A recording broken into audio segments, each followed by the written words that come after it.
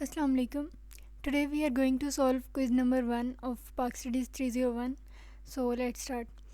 First of all आपके पास question है, when did Quaid Azam officially start his political career, कि कायद आज़म ने जो है वो ऑफिशियली कब अपना पॉलिटिकल करियर स्टार्ट किया था। 1908, 1906, 1902 या 1904।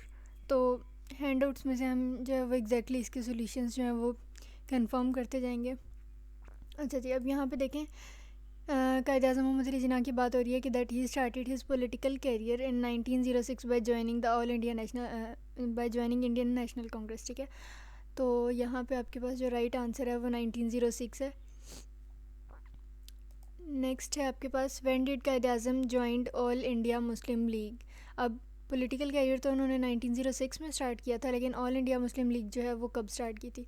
तो इसी के आगे देखें कि he was elected to the Legislative Council in 1909 and in 1913 he also joined all India Muslim league. तो कायद अज़म मोहम्मद अली जिन्ना ने ऑल इंडिया मुस्लिम लीग जो है वो 1913 में ज्वाइन की थी।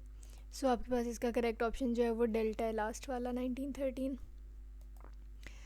अच्छा, अब नेक्स्ट है, which one of the following personalities led the delegation of 35 Muslim leaders at the Shimla conference. अब शिमला कॉन्फ्रेंस में 35 मुस्लिम लीडर्स का जो डेलीगेशन गया था, जिसे शिमला वफद या शिमला डेपुटेशन कहते हैं, तो उसका लेड किसने किया था, लाइक उसका लीडर जो है वो कौन था। तो अब यहाँ पे देखें, ये लिखा हुआ है, यहाँ पे शिमला डेपुटेशन और इसके मेन पॉइंट्स वगैरह ये सारे लिखे हुए हैं, काफ़ी इंपॉर्टेंट भी हैं।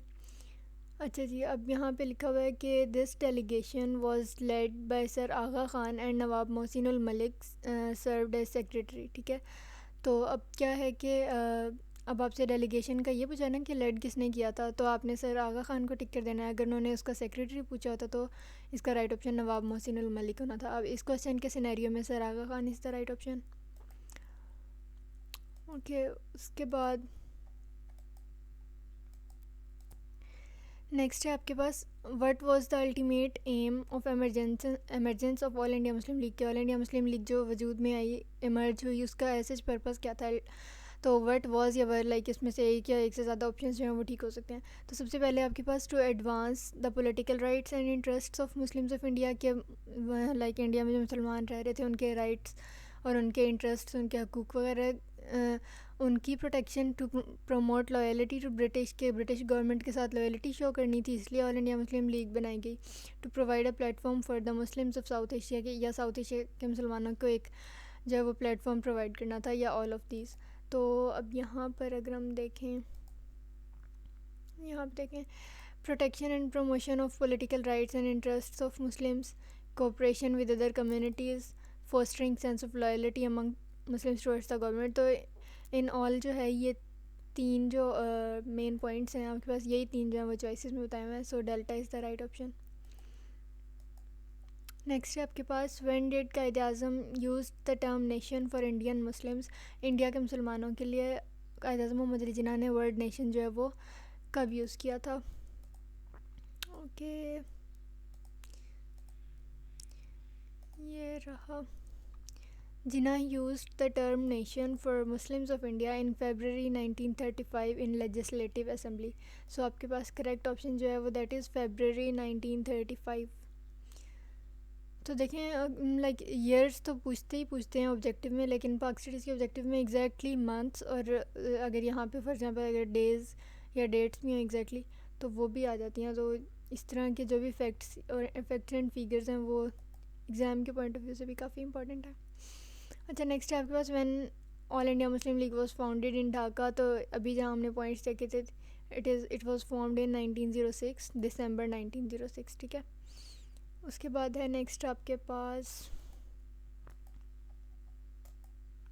How many Muslim leaders participated in Shimla deputation to present their demands. अभी ये हम प्रीवियस MCQ में करके आए हैं कि 35 मुस्लिम लीडर्स, जिनको लेड जो है वो सर आगा खान ने किया था और उनके सेक्रेटरी नवाब मोहसिनुल मलिक थे। ठीक है, तो 35 इज़ द राइट ऑप्शन।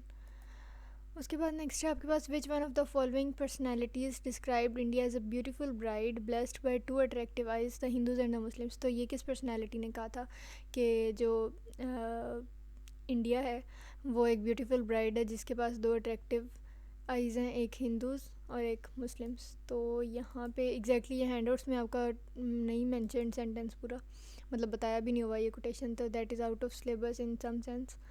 तो अब यहाँ पे देखें sir Syed Ahmad Khan, he had once said the Hindus and the Muslims are the two eyes of a beautiful bride that is India। तो आपके पास करेक्ट ऑप्शन आ गया सर सैयद अहमद ख़ान। लास्ट है आपके पास, how did Islam spread in the subcontinent, के इस्लाम जो है वो सब कॉन्टिनेंट में कैसे फैला। Through Arab Muslim traders, all of these, through preaching of Muslim saints और थ्रू मुस्लिम कैनकरर्स। तो अब अगर हम यहाँ पे देखें ना evolution of two nation theory, अगर आप इस पूरे पैराग्राफ की रीडिंग करेंगे तो आपको पता चलेगा कि मुस्लिम सेंट्स भी थे लाइक अली हजवेरी, मीरान हुसैन जंजानी, और इसी तरह से ये मतलब लाइक ये मुस्लिम सूफ़ीज़, उसके अलावा फिर कुछ कंकरर्स लाइक मोहम्मद बिन गजनवी, और इसी तरह से ये जो बाकी हैं Qutubuddin Aibak and all that. तो इन सब की म्यूचुअल एफर्ट से जो है वो इस्लाम सब कॉन्टिनेंट में स्प्रेड हुआ था, तो इसलिए all of this is the correct option. So that was all about quiz number 1 of पाक स्टडीज़ 301। अगर इसमें कोई मिस्टेक हो तो you can rectify me in comments. Thank you.